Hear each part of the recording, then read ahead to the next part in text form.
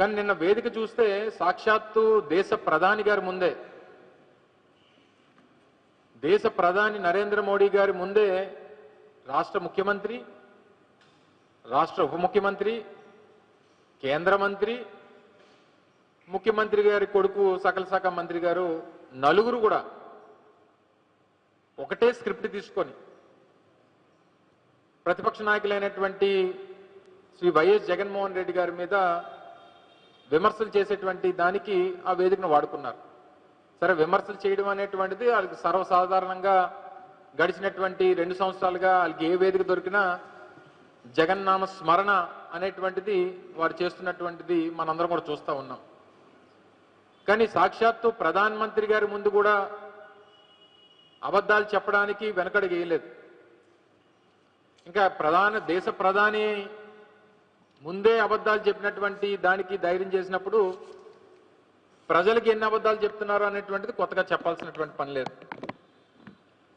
అయితే Bhogapuram international airport ఆ నిర్మాణం కానీ, దానికి కావాల్సినటువంటి అప్రూవల్స్ కానీ, ఎవరి పాత్ర ఏంటి, ఎవరు దీనికి పూర్తిగా సహకరించారనేటువంటిది ప్రజలు కూడా అన్ని వాస్తవాలు కూడా తెలుసుకున్నారు.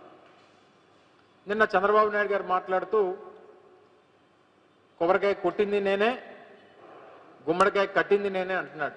ఎస్, ఇవి రెండే మీరు చేశారు. మధ్యలో మిగిలిన పని అంతా కూడా జగన్మోహన్ రెడ్డి గారు చేశారు.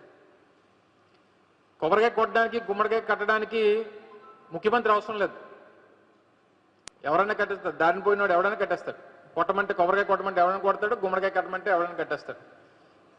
కానీ భోగాపురం ఇంటర్నేషనల్ ఎయిర్పోర్ట్ కట్టింది మాత్రం జగన్మోహన్ రెడ్డి గారే అనేటువంటిది ప్రజలు వాస్తవాలు తెలుసుకున్నారనేటువంటి విషయాన్ని చంద్రబాబు నాయుడు గారు గుర్తుపెట్టుకోవాలి. 2019లో తెలుగుదేశం పార్టీ ప్రభుత్వం గద్దె దిగిపోయేటువంటి సమయానికి జగన్మోహన్ రెడ్డి గారు 2019లో ముఖ్యమంత్రిగా బాధ్యతలు తీసుకునేటువంటి సందర్భంలో 2700 ఎకరాలకు గాను సేకరించినటువంటి భూమి కేవలం 270 ఎకరాలు మాత్రమే. 270 నుంచి 290 ఎకరాలు మాత్రమే. అంటే నాట్ ఈవెన్ 10%. మరి 270 ఎకరాలు 290 ఎకరాలు మాత్రమే మీరు సేకరించినటువంటి భూమితో అసలు మీరు శంకుస్థాపన ఎలా చేశారు 2019లో చంద్రబాబు నాయుడు గారు? భూమి లేదు, కాంట్రాక్టర్ లేడు, జిఎంఆర్ ఇంటర్నేషనల్ ఎయిర్పోర్ట్ ఇన్కార్పొరేషన్ లేదు, ఏది లేకుండా ఫిబ్రవరి 14, 2019ని చంద్రబాబు నాయుడు గారు శంకుస్థాపన ఏ ఉద్దేశంతో చేశారు? ఎవరిని మభ్యపెట్టడానికి చేశారు? ఎవరిని మోసం చేయడానికి చేశారు? ఇది వాస్తవం కాదా? భూమి లేక, కాంట్రాక్టర్ లేక, ఫైనాన్షియల్ క్లోజర్ లేక, క్లియరెన్స్లు లేక, ఏది లేకుండా చంద్రబాబు నాయుడు గారు శంకుస్థాపన చేశారు. అందుకని అన్న, కొబ్బరికాయ కొట్టడానికి మీ శిలాఫలకం ఓపెన్ చేయడానికి ఒక తాపీ మేస్త్రిని మీ చేతి కొబ్బరికాయ ఇచ్చినోడు ఉంటే చాలు. మీరు ఇటువంటి శిలాఫలకాలు ఈ రాష్ట్రంలో ఉమ్మడి ఆంధ్రప్రదేశ్లో కొన్ని వేల శిలాఫలకాలు ఉన్నాయి చంద్రబాబు నాయుడు గారు ఇలా తుప్పలు పట్టేసినవి. ఎందుకంటే ఆయనకి ఎన్నికల ముందు వారి ఎన్నికల అవసరాల కోసం ఇటువంటి శిలాఫలకాలు, కొన్ని వందల శిలాఫలకాలు ఉమ్మడి ఆంధ్రప్రదేశ్లో వేసినటువంటి సందర్భాలు చూసాం.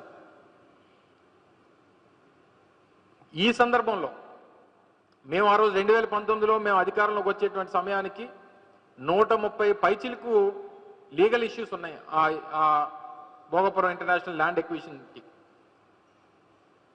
2020లో కోవిడ్ని ఎదుర్కొన్నాం.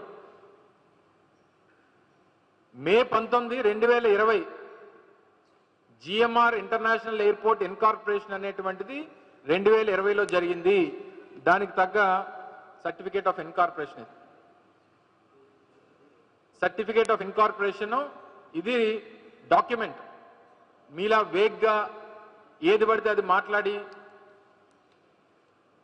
మీరు చేయకపోయినా మేమే చేసామనేటువంటి ఆ క్రెడిట్ తీసుకునేటువంటి ఉద్దేశాలు మీలా మాకు లేవు. ఇది 2020 మే నెలలో ఇన్కార్పొరేషన్ అయినటువంటి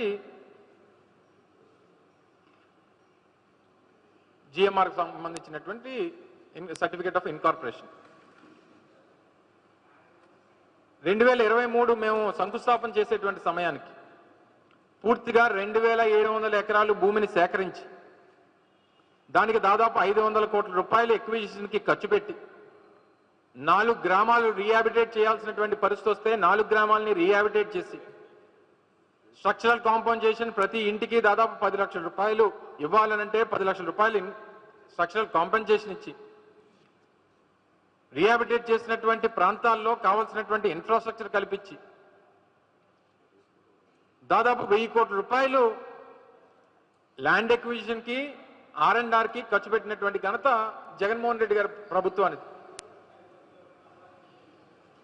2023 సమయానికి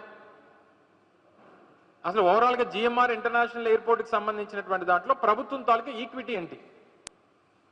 ప్రభుత్వం తాలూకు ఈక్విటీ 2200 ఎకరాల భూమిని ఆ సంస్థకి ఇవ్వడం అనేటువంటిదే ప్రభుత్వం తాలూకు ఈక్విటీ.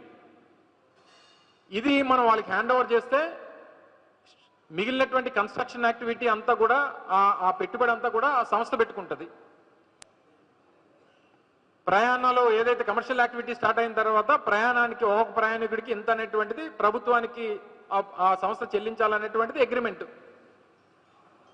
సో 2200 ఎకరాలు ప్రభుత్వం వారికి హ్యాండ్ ఓవర్ చేసి వాళ్ళకి అక్కడ ఉన్నటువంటి గ్రామాలని రీహాబిటేట్ చేసి